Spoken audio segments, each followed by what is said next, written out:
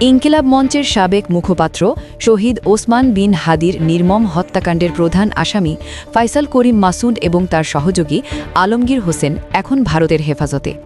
কলকাতার বনগাঁ এলাকায় ধরা পড়া এই দুই খুনির গ্রেফতারির খবরটি শুনে সাধারণ মানুষের মনে স্বস্তি এলেও এর পেছনের রাজনৈতিক সমীকরণ বিশ্লেষণ করলে গভীর উদ্বেগের জন্ম দেয়। এটি কি নিছক অপরাধী ধরা পড়া, নাকি ভারতকে বড় কোনো ছাড় দেওয়ার বিনিময়ে একটি সূক্ষ্ম দর কষাকষি? ভারতের আদালত এই খুনিদের কেবল অবৈধ অনুপ্রবেশ মামলায় 14 দিনের রিমান্ড দিয়েছে। মনে রাখা প্রয়োজন, সাধারণ কোনো অনুপ্রবেশের মামলায় ভারতে 14 দিনের রিমান্ড পাওয়া মোটেও স্বাভাবিক নয়। এই দীর্ঘমেয়াদী রিমান্ড স্পষ্ট ইঙ্গিত দিচ্ছে যে ভারত এই খুনিদের দীর্ঘ সময়ের জন্য নিজেদের কবজায় রাখতে চায়, ঠিক যেমনটা আমরা দেখেছিলাম সালাউদ্দিন আহমেদের ক্ষেত্রে। ফাইসালকে ট্রাম্প কার্ড হিসেবে ব্যবহার করে ভারত মূলত বর্তমান সরকারের কাছ থেকে বড় কোনো কূটনৈতিক বা রাজনৈতিক ফায়দা লুটতে চাইছে। ইতিহাসের দিকে তাকালে দেখা যায়, বাংলাদেশের বড় বড় অপরাধীদের জন্য ভারত সবসময়ই এক নিরাপদ আশ্রয়স্থল।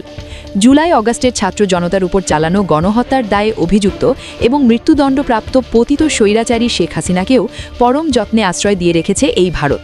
এখন এই ফাইসালকে দিয়ে তারা হয়তো বর্তমান বিএনপি সরকারকে ব্ল্যাকমেইল করার চেষ্টা করবে। গুঞ্জন শোনা যাচ্ছে, হাদি হত্যার নেপথ্যে যদি কোনো প্রভাবশালী নেতার নাম থাকে, তবে সেই নাম ফাঁস করার হুমকি দিয়ে ভারত তাদের ভূ রাজনৈতিক বা অর্থনৈতিক স্বার্থ হাসিল করবে। সবচেয়ে রহস্যময় বিষয় হল, এই গ্রেফতারের খবরটি পররাষ্ট্র বা স্বরাষ্ট্র মন্ত্রণালয় থেকে না এসে সরাসরি সামরিক বাহিনীর জনসংযোগ শাখা বা আইএসপিআর-এর মাধ্যমে এসেছে। এটি নিশ্চিত করে যে বর্তমান সরকারের সাথে ভারতের উচ্চ পর্যায়ে এক গভীর গোয়েন্দা ও রাজনৈতিক বোঝাপড়া হয়েছে। কিন্তু প্রশ্ন হল, সেই চুক্তিতে বাংলাদেশের জাতীয় স্বার্থ কতটা বিকিয়ে দেওয়া হয়েছে? এই উত্তাল পরিস্থিতির মধ্যে দেশের ভেতরে শুরু হয়েছে এক নোংরা প্রোপাগান্ডা। খুব সুপরিকল্পিতভাবেই শহীদ ওসমান হাদির রাজনীতির মাঠের সহযোদ্ধা ফাতেমা তাসলিম জুমার গায়ে খুনের তকমা লাগানোর চেষ্টা চলছে।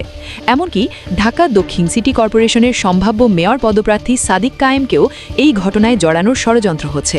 মূলত ফাইসালকে রিমান্ডে নিয়ে ভারতের হেফাজতে থাকা অবস্থায় তাকে দিয়ে বিশেষ কাউকে ভাসানোর নীল নকশা তৈরি হচ্ছে কিনা তা নিয়ে প্রবল শঙ্কা রয়েছে।